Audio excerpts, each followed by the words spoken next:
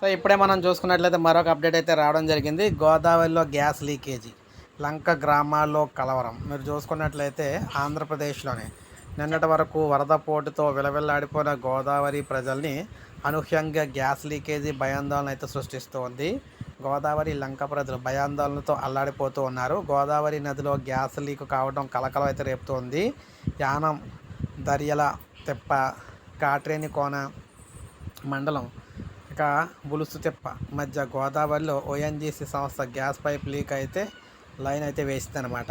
రాత్రి నుంచి gas leak కావటం ఇంతవరకు కూడా అధికారులు దాన్ని గుర్తించకపోవడంతో స్థానికులు తీవ్ర భయాందోళనకు గురవుతున్నారు.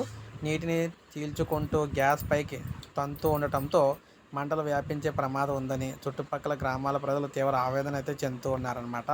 సో భారీగా లీకేజీ కావడంతో నీళ్లు కూడా సుడులు తిరుగుతున్న దృశ్యాలు కూడా కలకలం రేపుతూ ఉన్నాయి. గ్యాస్ లీక్ కావడంతో భరించలేని వాసన వస్తుందని ఘటనకు సంబంధించిన వీడియోలు సోషల్ మీడియాలో వైరల్గా మారాయి.